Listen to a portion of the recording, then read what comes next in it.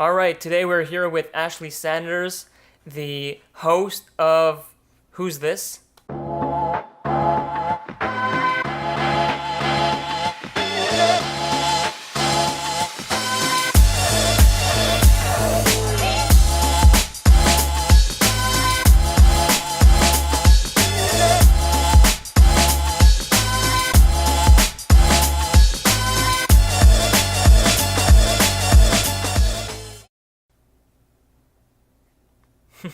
Oh, there it is.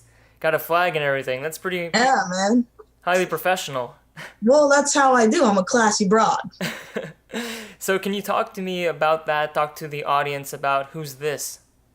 Okay, so who's this? Actually, I'll tell you the origin story because I never actually do that. Okay.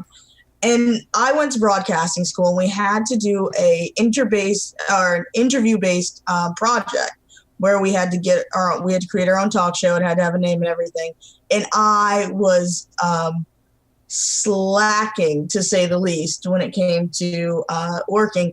And so I just made it up on the fly. I was like, who's this? And then we got into this really deep, I had my partner and we got into this really deep interview. And it was really, really good. And so I was like, well, shit. And then everyone's like, I want to be on Who's This? This is an awesome show. This is an awesome show. And I was like, it is an awesome show, and it's an awesome show name. So that's when it really, really came into play. It's who's this, man? Who is this? Who is this person? Who is this? Yeah, who is the Yeah. whole thing? And so then the Who's This network it evolved from a talk show to a podcast, and now it's an actual network. At first, it was just called Who's This. Now it's Who's This Network, and it's really evolved from, like I said, from a talk show, from a 1 hour project talk show to a podcast to now an entire network of people who are teaching people how to start businesses, how to do things, and just really like a giant give back project. So, when you started Who's This a while back, was this a project where you were like, I'm gonna bring this back, or was it just like something you left alone for a long time? I left it alone because I was working and I was busy and I wasn't thinking. And then I needed a name for my podcast. Okay. And I kept thinking back to who's this, who's this, who's this. And I'm like, that's it. Yeah, like that's got to be it. Because the question on everybody's mind when you're interviewing somebody is, who's this? Yeah. Right? Who's it? That's cool. So, what is you get people to teach, I guess, in this network that you're creating, or what do people get out of it? Like, is there like a subscription base or something like that going on with it? All of the content, and think of it like YouTube. I'm not going to say premium because I don't want to get sued. So let's think of YouTube Plus. Essentially, what you do is you'll go into the network, you'll download the app. So it's an app. You can have it on your phone, iOS, Windows, Android. You download it. There's a lot of content there, business content. And then once you start putting that into practice, you're able to make $1 or two, or hopefully like several hundred. And you're gonna, as you go through your business, as you learn, creating business, you're gonna learn how to scale. And that's where the coaches come in. That's where the people who've been teaching you for the last, month and a half, that's where they really come in. You really want to hire somebody who you've already built a rapport with, somebody you already trust, and somebody who's affordable. And the one thing that I have pressed you guys on 100% is making it affordable, because that is what it needs to be, and that's all it is. It's unconscionable for me to charge someone money to where they feel that they have to take out a loan. Yeah. It's wrong. It's Yeah. it's and for me, it's just my personal thing. If you want to do that with people, you are more than welcome. I, however, do not feel that that's the right way to do it. I think when people have no money, it makes no sense to kick them while they're down. Yep. And then as they continue to grow, you're the person they're going to go to anyway, because they trust you, because you didn't overcharge them. So what kind of payment, do you talk about like payment plans or something along those lines? No, none of the offers exceed $500. Okay. And I will say this: if you aren't willing to make $500 to start a business, you should not start a business. And that's just an honest truth. Is you can make $500. You can, Yep. become a busboy for a couple months, and you actually make more than $500. You can get a job at a shoe store for a couple months, get that money. and then invest it. And sometimes you may want to just stay where you are for a year or two while you're continuing to invest, while you're continuing to do it. And there's no shame in that. There's no shame in getting a job. Actually, to me, it's more shameful to take out a line of credit that you have no way of paying back versus, getting a job, working for what you want. So really what it comes down to is me kind of getting them started in their business and then realistically expecting the coaches to step in and say, hey, listen, here's my offer. I have a coach who has a 97, a 197, like all the way up to like 6 offers, man. Like there's something for everybody and it's obtainable. So it's fair. I'm leveling the playing field. So how do you scale it for yourself? Because you're like right now I'm gonna build a full production studio at my house. Okay. That's my next idea of scaling. Once we launch and we start seeing downloads, we start seeing stuff, I'm going to start working on a production studio at my house. This way, what I can do with my content creators is have them come down here for 2 weeks, create a shit ton of content. You know what I mean? Like for at least in 2 weeks, you could probably create like 6 months worth of content, believe it or not. Definitely. Create that. And then they can go home. They don't have to worry about creating. They don't have to worry about weekly sending videos up. You know what I mean? Yep. And getting it to be as simple as possible for everyone. That's smart. And making it fun, dude, because I love production. I love that whole side of it. I love the creative side of everything. That's like me. So there we have it. Like content. So let's talk about content for just a second. Like what is valuable content for you? Anything that can, it really depends on the topic. Like if it's taxes, I really don't expect my tax content to make me laugh. I don't expect it. But I expect it to get to the point. I expect it not to be too wordy. I expect it to be understandable for me, and for, everybody involved. So good content really depends on what you're talking about. But 9 times out of 10, good content just means you get right to the point, you explain it, and you save questions for the end. And I say that because not everybody has questions. You know what I mean? So if you wait till the end and do a Q&A, you can get clarification. But for those who don't need it, those who just want to brush up on your content or your content niche or whatever the word is, and for those people, you want to just kind of get to it. And I think that's good content. Content is quick. So now we're talking really about content for businesses. I guess that's the focus of the conversation. So would you go out of your way to teach businesses to consume content outside of business-like content? Always. I am 100% of an advocate for that. I am always, it sounds crazy. I am 24/7 consuming content, whether I'm sleeping, whether I'm eating, whether I'm watching TV, no matter what. I mean, I told my friend the other day, I had this crazy conspiracy theory dream, and then I took it and I wrote it into a piece of content. You know what I mean? Content is not just, things you read online. Content can be, walking in nature, you stub your toe, and then you have this crazy epiphany like, oh my God, I could have gotten an infection, and you can write something about that. I mean, you are constantly consuming. So where does that come from, like creating this content or this crazy content we can even talk about? Because a walk in nature, not a lot of people would use a walk in nature as content. They would just be like, oh, I'm just going out, doing this. I think it's just it's a matter of I want to say anxiety, but also a deep personal connection to thinking. So everything means something to me. Yep. And yes, that's anxiety really. I just like to go the more philosophical route.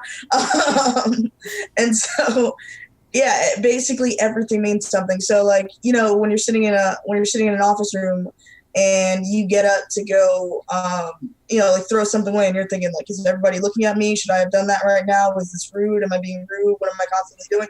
You take those kind of things and then you turn them into life lessons. So you can turn into I got up today for the first time, in a business meeting, and it made me feel uncomfortable.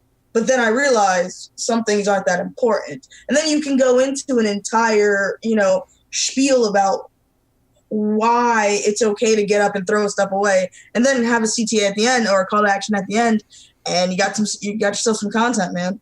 So if you have anxiety, you are a 24/7 content creator. So would you say that someone who overthinks has anxiety, or I don't know. I can't diagnose you, but probably. I don't know. I don't know. I'm just trying to think about how creative people are creating all these amazing things. I'm trying to find the root of it all because, I'm just trying to dig through it because I have the same ideas as you where, for example, I would be somewhere, whatever, I could be like eating something, I'd be like daydreaming basically and be like, this is a good idea for a book. Like, but Yep. nobody else would be like, that's normal kind of thing, right? Where Yeah, that's it's like, still that's not like a norm because you're just like daydreaming. People are like, why are you daydreaming? I'm like, because I'm writing a book. It's like, thinking. I'm doing something. It's still thinking. You're still thinking. They call it daydreaming because you're technically not paying attention, Yeah. but you're still thinking. You're still making cognitive thoughts. Your brain is still working. Like, use that. If you're a daydreamer, you're probably in the wrong place if they're not encouraging it. So basically, yeah. So a lot of people, they don't really. I don't know if they don't daydream people or if they do daydream and they kind of like hide it away or like. Yeah, people get weird about it, and I guess people don't want to admit that they have a problem focusing, but that's like human nature. And some people, obviously, if you have like ADHD, it's to an extreme. But yeah, like it happens. Some of us get Yeah, distracted. I'm not diagnosed with anything, but I mean, I can't like if it's not important, I'm not gonna pay attention to it for too long, kind of thing. So. That's how I live. It doesn't really matter. At the end of the day, if you're talking to me, I'm gonna listen, but I might be doing something else in my head at the same time. So it really depends. Yeah, man. That's how I am at almost any given moment. I'm doing like 3 things at a time, and that's because I'm capable of multitasking, and it's also because you're not your brain is not limited to one train of thought, one track. You're not Yeah. a one track human being. You have a multifaceted brain with you can think many things at different times. But sometimes some things do require 100% concentration. Some things, unfortunately, if you're like watching TV, you can also write content. If you're reading does require 100% of your Yeah. focus. That's one of the things. Even for reading for me, I find it boring sometimes because I'm just like, just too much to focus on one thing at a time. Like, if I can't focus on multiple things, I have a hard time just giving my Right. focus to one thing. If I want to learn something, usually what I do, I'll start with a documentary Yep. and then I'll get into the book. Okay. And that's because I already know what I'm kind of getting into, and there's parts I'm going to be excited to look for. You know what I mean? Like there's Yeah. parts I'm going to be pumped about versus if I just get into the book and I have no idea what to expect. So you might be one of those people who needs to expect something. You know what I mean? Like have some sort of build up into it. Might be one Definitely. of Yeah, for sure. I think that's a good idea because most of the times when I was in school and I had to read like all these books, I had like no interest in them because I didn't know anything about them to start Right. with. So I'm like, why are we reading this? Like, Yeah, you never this told is- me why this was important in the first place. Like, how am I supposed to get pumped about this? Exactly. Some people could just jump into a Yeah. book. I'm not one of those people. I'm also one of those people though who doesn't mind spoilers. Okay. Spoilers don't bother me. I'd actually prefer to know what the fuck I'm getting into before I start reading some book. But like, My cameraman Yeah. is laughing.